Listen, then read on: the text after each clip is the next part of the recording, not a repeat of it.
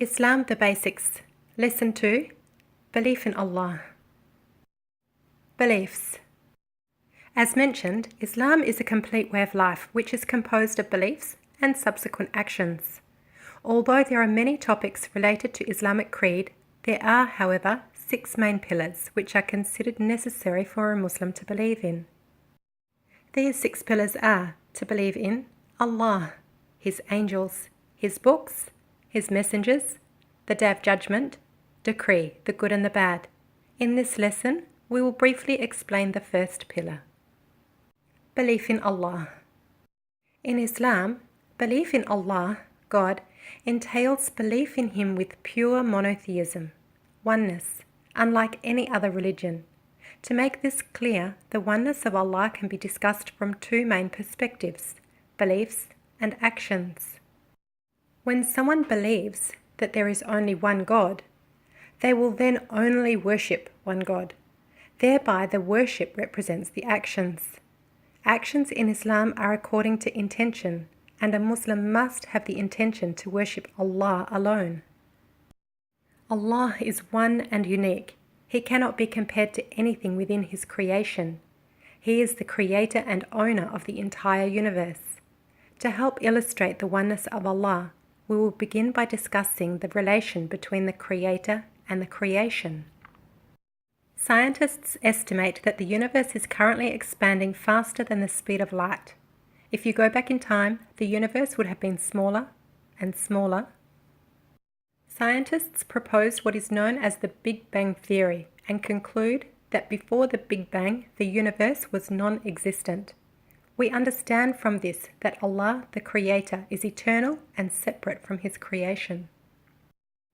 Therefore, everything which exists inside the universe is created and is not God.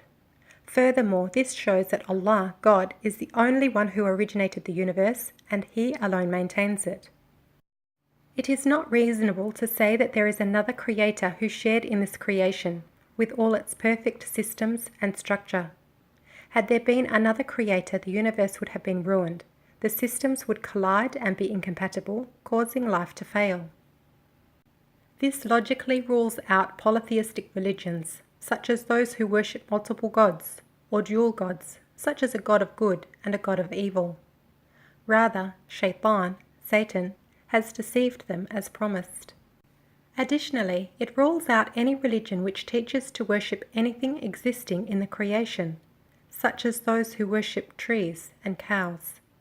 It further excludes those who claim a man is God, such as Jesus, Buddha, or even Muhammad.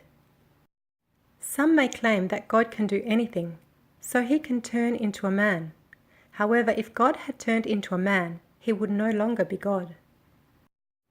Additionally, it is not fitting to say God would do anything which is not befitting of His glory and majesty. We might say the owner of a company can do anything. Is it reasonable that he take the position of a cleaner? Rather, he does anything according to his position. Furthermore, God is not in need of offspring. People have children due to their needs, either for reproduction of the species or family support.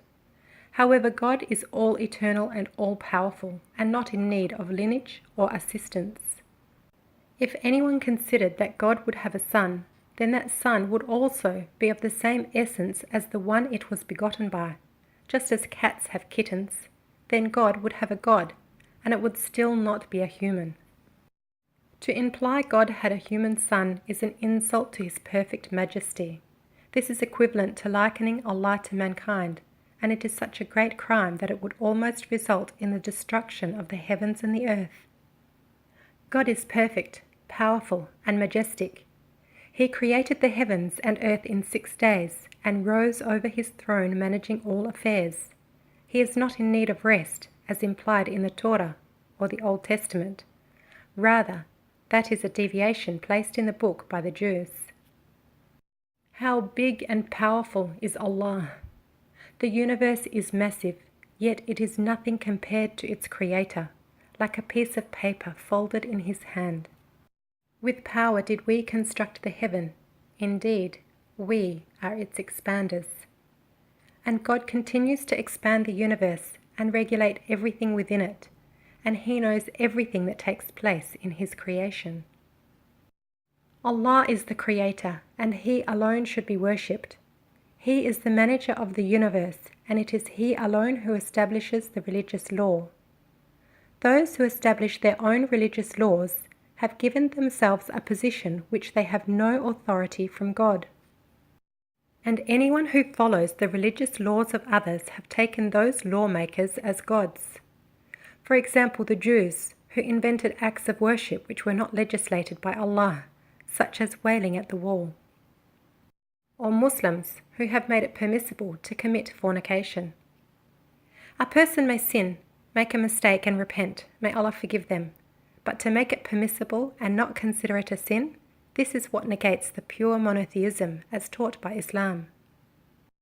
Note, we need to live according to the laws of the land where we reside, but when they are against the laws established by Allah, where it is unavoidable, we should hate it in our hearts. Otherwise, we keep Allah's commands and avoid what He has prohibited, such as fornication and drinking alcohol. Therefore, Islam is the only religion which teaches pure monotheism in all aspects of the religion. Allah is one and unique, with nothing comparable to Him. He alone deserves worship and supplication, and He alone legislates the religion. Allah is the originator and creator of everything, and there is nothing worthy of worship besides Him. To Him belongs the heaven and the earth, and to Him everything will return. All praise to God. In this lesson we have listed the pillars of faith and given a brief overview of the first pillar, which is to believe in Allah, the one and only God. In the next lesson we will discuss belief in the angels, inshaAllah, God willing. God guides those who are sincere and humble themselves to His majesty.